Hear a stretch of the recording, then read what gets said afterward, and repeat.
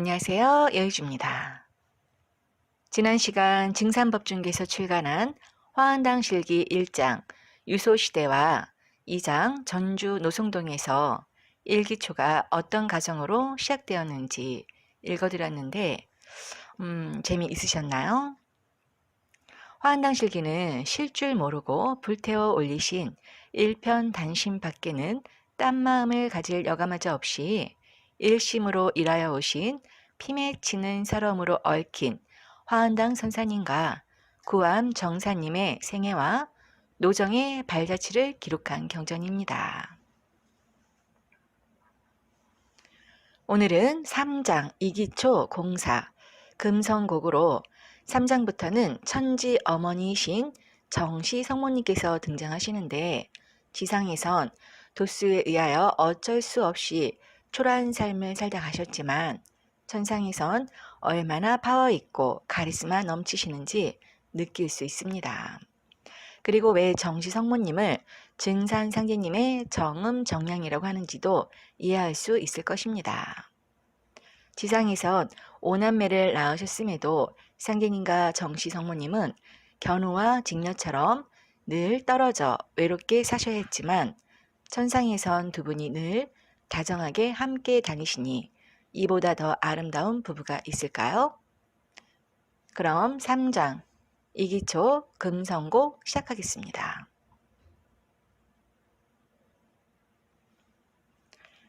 신사년 11월 동짓날 지성을 올리고 나니 천사님께서 말씀하시기를 너희들이 이곳에서 수년 동안을 무사히 지내왔으나 전쟁은 날로 심하여 가고 일제는 날로 포악해져 가니 너희들이 이곳에서는 더 이상 견디어낼 방책이 없을 것이니 어서 속히 경상도로 내려가라고 명령하시더라.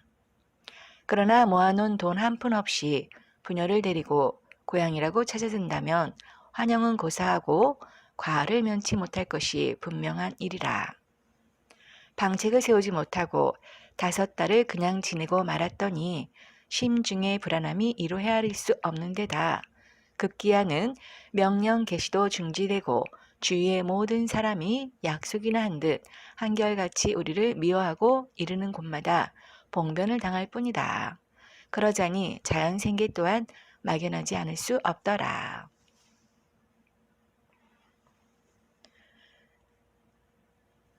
성도의 집에 여장을 부른 첫날 밤 성부님의 지시가 계셨으니 너희들이 내가 지시하던 직시로 왔으면 그 고생이 없었을 터인데 명령이 순응하지 않았으므로 1년 동안 헛고생을 하였노라. 이제부터 새로운 결심을 하여 성도와 상의하여 공사를 진행하되 기지는 금성산에다 정할지어다 하시더라.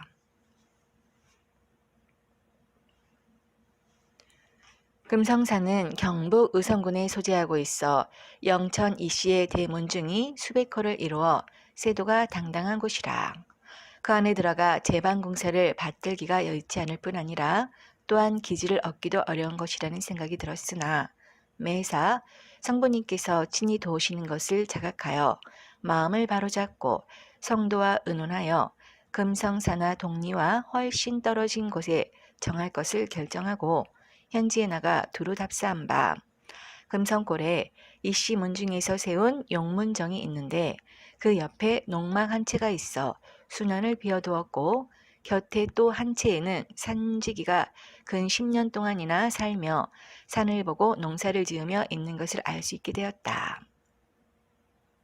정사는 비어있는 농막을 얻었을 계약으로 같은 고향 사람 정치건을 시켜 이씨 중가에 보내서 교섭하였으니 치건은 정사가 시키는 대로 주인 영감이 만나보자고 하기에 찾아가서 인사를 하고 사정을 말하니 주인 영감은 그의 문중과 우리와는 세교가 있으므로 거절할 수 없다고 하면서 지금 살고 있는 사람이 나간다는 풍문이 있으나 확실치는 않으나 우선 비어있는 집을 수리나 하여 들어가 살도록 하라고 승낙하여 주더라.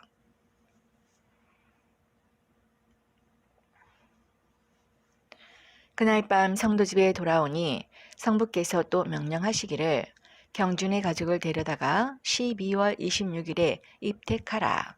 그리고 혈식은 청송 본가에 가서 새해를 맞이하고 개미 정월 24일에 입택토록 하라고 하시더라.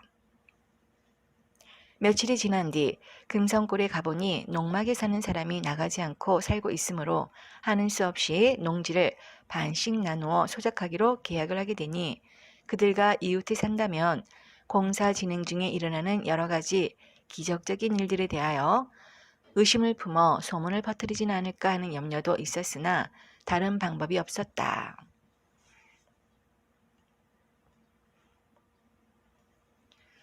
화은당을 청송 본가에 모시고 그 길로 전라도로 넘어와서 경준의 가족을 데리고 와서 이모년 12월 24, 5일 양일간 비어있던 집을 말끔히 청소하고 26일에 가만히를 둘러치고 입택을 하였다. 때마침 식량 사정이 곤란했던 일제 말기 배급시대라 생계가 어려워 걱정하던 중에 우연히 동리 주인의 주선으로 공출할 가마니를 만들게 되어 약간의 특별 배급으로 생활하였다. 계민년 정월 24일 청송 본가로부터 금성산을 찾아 화은단께서 입택하시게 되었는데 마당에 들어서자 금성 비봉에 산천이 진동하고 하늘로부터 큰 소리가 들려오니 온 동리 사람들은 물론 근동이 모두 놀라지 않을 수 없더라. 그 뒤 수개월간을 두고 하루도 빠짐없이 소리가 요란하여 동리 사람들을 놀라게 하니 급기야는 금성산에 개코가 들어온 것이 아닌가 하고 부근 사람들을 총동원하여 금성산을 포위하고 일대 수색을 전개하였으나 개코는커녕 노루 한 마리 발견하지 못하였다.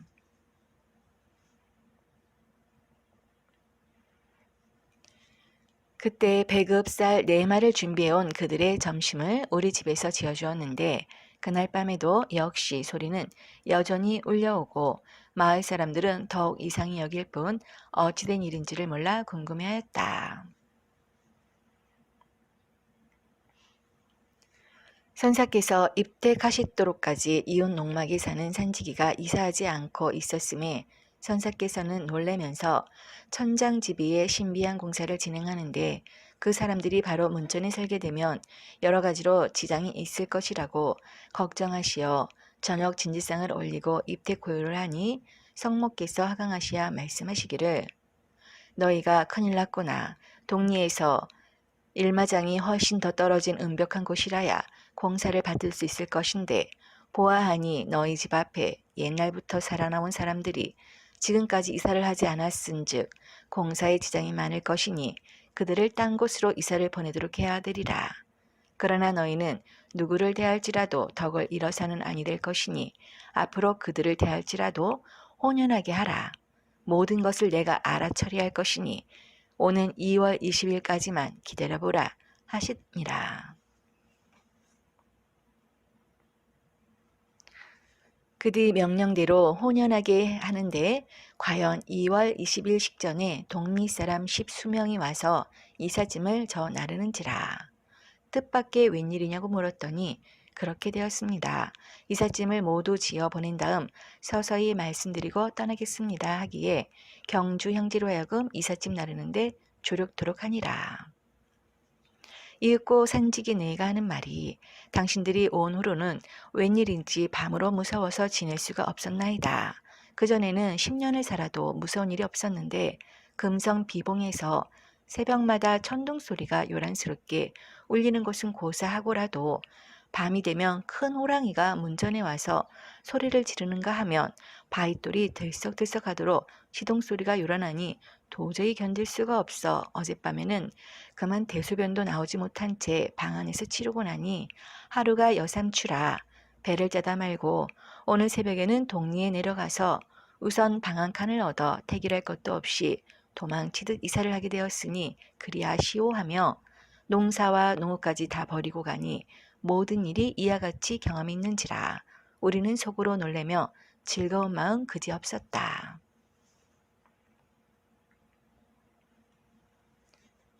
그해 6월 24일 화천기념일 지성을 마치고 나니 집을 지으라는 명령이 내리시더라. 집 모양을 우물정자형으로 지으라시는데 정자형 집을 어떻게 지어야 될지 언뜻 설계가 서지 않더라.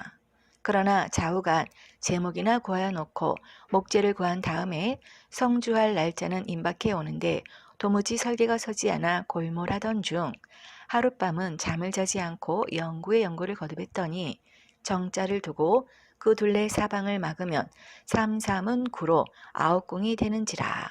아홉궁은 곧 아홉 칸을 뜻하는 것인즉 아홉 칸을 두고 하시는 말씀이 아닌가 하는 생각이 나는데 가운데 칸과 뒷칸을 두고 또 셈을 파게 될는지도 모르니 비워두기로 하고 연구해 볼 때 이는 아홉 칸 집이 틀림없다는 생각이 들어서 설계를 확정하고 공사를 진행시켜 연자까지 걸게 되었는데 그날 밤 천상으로부터 한 노인이 내려와서 건축한 집터를 살펴보고 백기를 세워 폐처를 놓아 보더니 그동안 천상일이 바빠서 미처 내려와 일러주지 못했는데 이곳은 집터가 못되니 정자 밑으로 정하라 하면서 그곳에서 홍기를 세우면서 이 자리로 하라 하시고 발을 3번 굴리더니 천상으로 올라가시더라.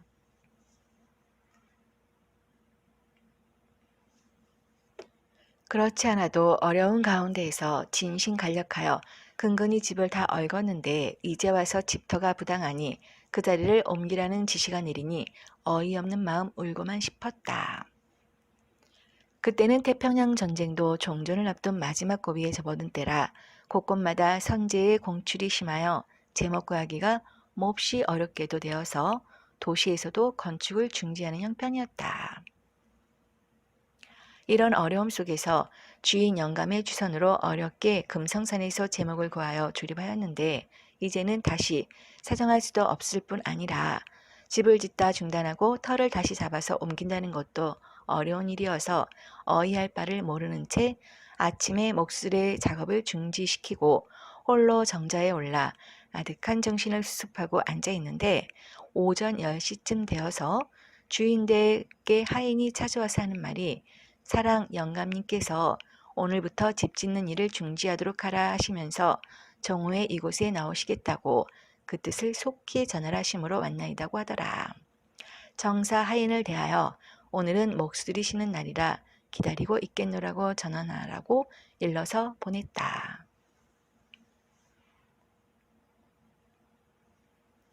하인을 돌려보내고 생각하니 어젯밤 천상 노인의 하신 말씀과 오늘 주인 영감의 작업 중지 통고에는 기필코 무슨 이치가 내지 않은 듯 오류를 준비시키고 기다리는데 과연 종호가 되어 주인 영감이 찾아오므로 응접을 하고 이어 오료를 차려 대접하였다.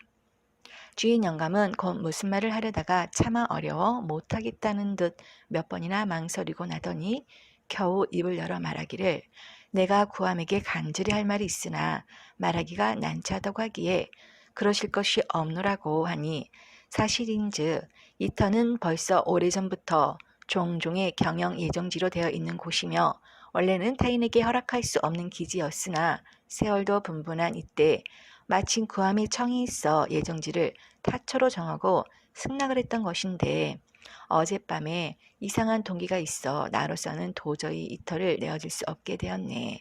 그러한즉 딴 곳에 터를 잡도록 하고 이축 비용은 내가 담당할 것이니 미안하지만 이 터를 물려주어야 되겠다는 걸세. 미안하기 그지없어 말하기가 퍽 난처했던 것이네. 하는 주인의 말을 듣고 정사는 별 말씀을 다 하십니다. 제가 입택을 하였다 할지라도 옮겨야 될 일이라면 옮겨야 되지 않겠습니까? 하고 부드럽게 응낙하니라.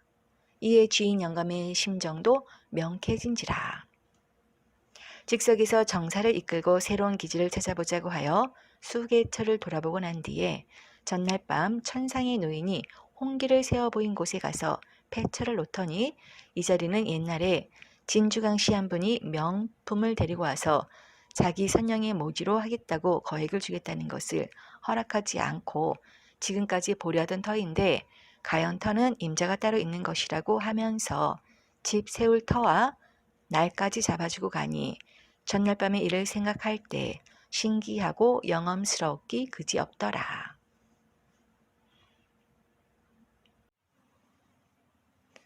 수은 선생 말씀에 운자하방 오부지를 하셨는데 실로 운이란 어느 방위를 쫓아오는 것인지 오기 전에는 나도 또한 이를 깨달을 수 없다 하신 그 말씀의 뜻을 실지 경험을 통하여 실감하는 것과 같은 느낌이었으며 이 현여 묘묘한 섭리적 행사를 어느 누구에게도 말할 수 없는 채 다만 스스로의 마음 가운데 자부하고 새김하였을 뿐이었다. 그뒤 새로이 잡은 기지를 밤낮으로 닦아 계민년 10월 15일에 상냥을 하고 12월 26일까지 완축하여 입택을 하고 치성을 올리니 성부님께서 강림하시와 돌아보시고 내가 앉을 정도로 지하에 비밀실을 파도록 하라고 명령하시더라.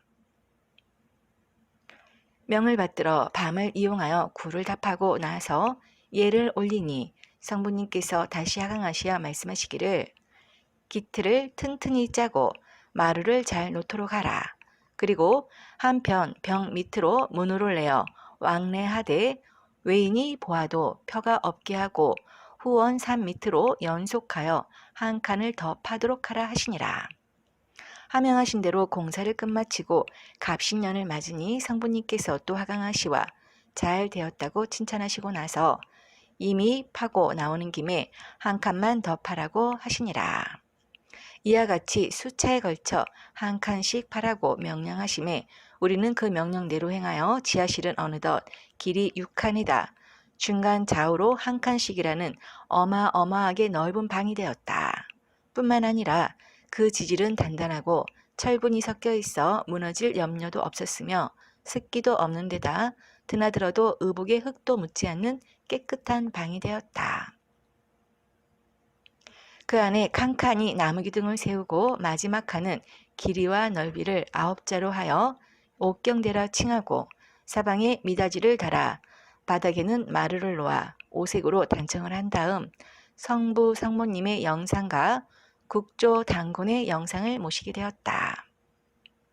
이에 성부 깨옵서는 크게 칭찬하시면서 앞으로 날이 가고 밤이 잦으면 알게 되리라고 하시면서 너희들에게 한꺼번에 이러한 지하실을 파도록 명령하면 정신이 아득해서 겁을 집어먹고 엄두를 내지 못하였을 것인즉 한 칸 한 칸 또 한 칸씩 파도록 하였던 것이다. 그렇게 파고 또 파다가 보니까 이러한 거창한 지하실이 되지 않았느냐고 위로의 말씀을 내리시더라. 성부 제세시에 파라 깊이 파라 야치파면 모두 죽으리라 하신 말씀을 남기셨던 이를 회상함에 실로 감개가 무량하다. 그 뒤 수개월 동안 여러 가지로 명령이 계시어 그대로 봉행하던 중 하루는 태극기와 미국기를 그려 높이 걸고 소를 잡아 마당 가운데 진설하고 치성을 올린 다음 지하 중궁의 영상후면에 걸어두라는 명령이 내리더라. 일제 말기에 있어서 이와 같은 명령의 수행은 실로 어려운 일이었으나 우리가 행하는 모든 공사는 그 하나라도 발각이 되는 날이면 일제의 소의 치안 유지법에 저축되는 행위인 것이다. 그러나 그것이 비록 일제의 칼날의 의회를 의식하는 행사라 할지라도 봉행할 수밖에 없는 것으로 야음을 이용하여 하명대로 치성을 봉행하였다. 치성이 진행되자 아랫동리에서는 경찰관과 경방단원이 파견되어 불을 끄라고 외치면서 곧 적기가 내습해 온다고 하면서 방공 연습이 한창이더라. 그 뒤 시국은 더욱 악화되어 집집마다 방공구를 파느라고 분주하였다. 그날 밤을 경과하고 중궁에 조반 진지상을 올려 예를 드리자니 성부님께서 말씀하시기를 이대로는 새수세 지은 밥은 내가 먹지 않을 것임에 옥석정을 구하여 오라 하시더라. 명을 받고 이것도 역시 힘드는 일이라 여러 가지로 생각한 결과 경주 건천에 사는 이준의 노인과 이한우의 부친 종호 노인 두 분을 찾아가기로 결정하고 집을 떠났다.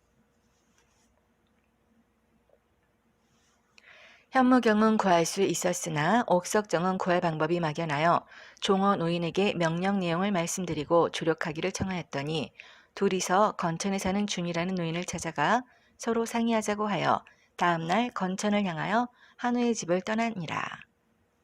당시는 경주 남산은 일본 사람들이 일반인의 통행을 통제하여 고적 보존지로 결정한 바 있어 그 안에서 돌 안경 하나 구해오기 어려운 때라 저히 염려하지 않을 수 없더라. 그러나 세 사람이 앉아 야심토록 생각이 잠겨 있는데 준이 노인은 물을 치면서 허참 내가 내 집에 놓아두고 땅 궁리만 하였네 하면서 8해 전에 어떤 사람이 돌솥 하나를 가지고 와서 약을 달여 먹으면 좋다고 하기에 사서 철사로 엮어 후원 연자 끝에 달아 메어둔 것이 이제 생각이 난다고 하므로 세 사람은 촛불을 밝혀 후원에 나가 살펴보니 가연 거기 돌솥 하나가 매달려 있더라. 그러나 끄시런가 얽히어 있는지라 씻고 닦고 하여 가지고 오기로 하였다. 그 돌솥은 밥 4그릇 정도 들만한 것이었는데 세 사람은 모두 기뻐하여 마지 않았으며 술상을 차려주고 받으며 하루 저녁을 지낼 적에 명령만 순종하여 행하면 반드시 길을 열어주시는 성부님의 홍언에 더욱 감격하지 않을 수 없었다.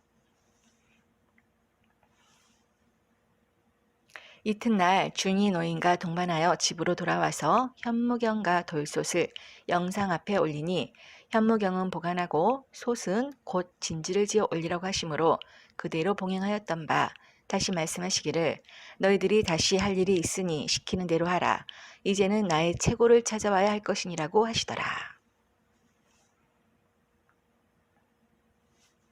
성부님의 채백을 모시고자 함은 우리의 평생 소원으로서 이제 와서 비로소 이와 같은 명령이 내리시니 지금까지의 경험으로 보아 명령대로 봉행하여 이루지 못한 일이 없음을 생각할 때 이제는 평생 소원을 달성할 수 있는 길이 열리어 오나 보다고 선사는 하늘에 사무치는 망극하기 짝이 없던 그 심정을 통곡으로 풀으시고 우리 또한 비상한 각오로 그 명령을 준행키로 결심하고 상의한 끝에 경주로 하여금 정읍 차교주의 집에 가서 몇 달을 한정하고 일꾼 노릇을 하며 제반 동정을 살피도록 일러 파송하였더니 경주는 대흥리에 가서 그 집 일꾼으로 들어가 수개월을 두고 이곳저곳을 살펴보았으나 아무리 하여도 이렇다 할 증거를 찾아볼 수 없었는데 한 곳에 의심나는 곳이 있었으나 그는 곧 차씨의 사당이라는 것이다. 이 소식을 듣고서 김성도와 오갑추를 증파하여 더욱 확실하게 찾아보았더니 세 사람은 어느 날 깊은 밤을 틈타서 사당 안에 들어가 두루 수색하여 보았으나 뜻을 이루지 못하고 그대로 돌아오니라.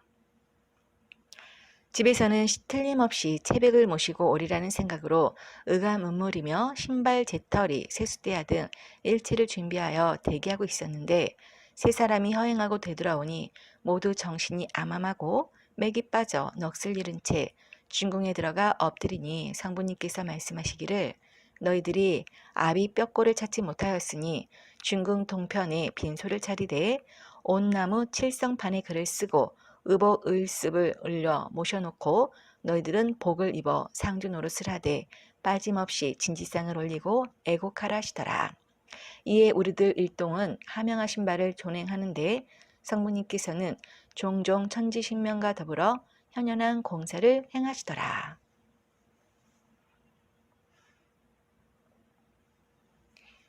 갑신년 윤사월을 당하여 하명하시되 금성산에 묘소를 정하라 하심에 종어노인과 답산을 하여 용가마을 절벽암상 뒤에 묘지를 정하게 되자 지상열을 만들어 이틀 동안 중궁에서 애곡하며 상여노름을 하고 15일 밤에 장례를 지내도록 하라고 명령하시더라.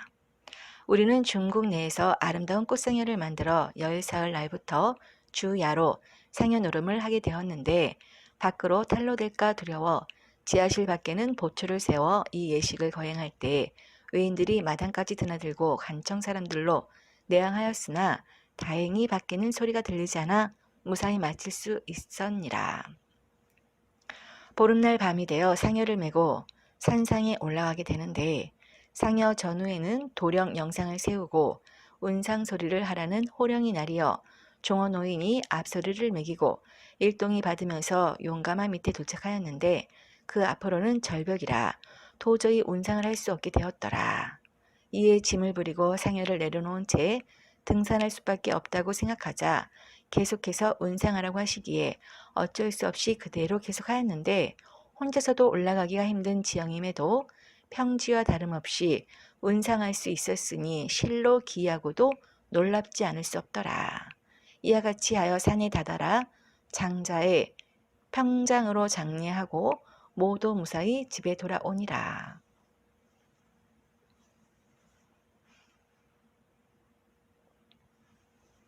하루는 호련히 생각하니 성부의 수족골 일부를 조철제가 회문산에 모셨다고 하는 풍문이 있는데 그곳을 찾아가서 답사함이 자식된 도리라고 생각되어 정사는 갑추를 동반하고 해문산을 찾아 금성골을 떠났더라.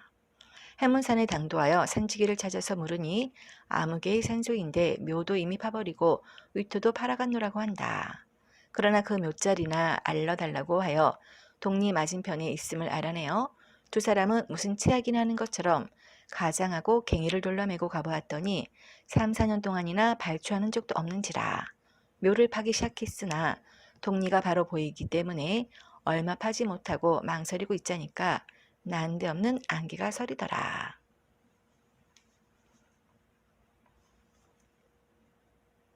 수위로 집에 돌아와 진지상을 올리고 일을 행하는데 큰 금부처가 들어오시더니 나는 미륵불이라. 앞으로 내가 출세하여 중생으로 하여금 해원상생 보은의 법도를 마련하여 제도안과 아울러 조화 정부를 세워 성경세계를 건설하리라 하시면서 금성산에 천신과 지신을 위하여 큰 치성을 올리도록 하라고 명령하시기에 이튿날 치성 준비를 하여 예를 올리니 천기도 이상하고 기적적인 일도 많았더라. 그 뒤로 치성을 올리면 천신이 한 분씩 꼭 하강하여 여러 가지로 시험을 하시곤 하였는데 한 번은 간운장에 영신이 나타나서 하는 말이 나는 중국 사람이나 이 나라를 3번 도와줄 운장인데 강 부인은 나를 이기려고 하지를 마오 하는지라.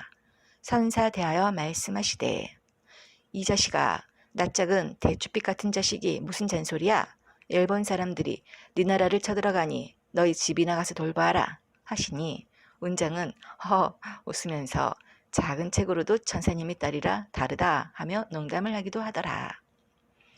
이 밖에도 금성 비봉산일령이 수시로 발동하여 우리 일을 크게 돕고 보호하였다.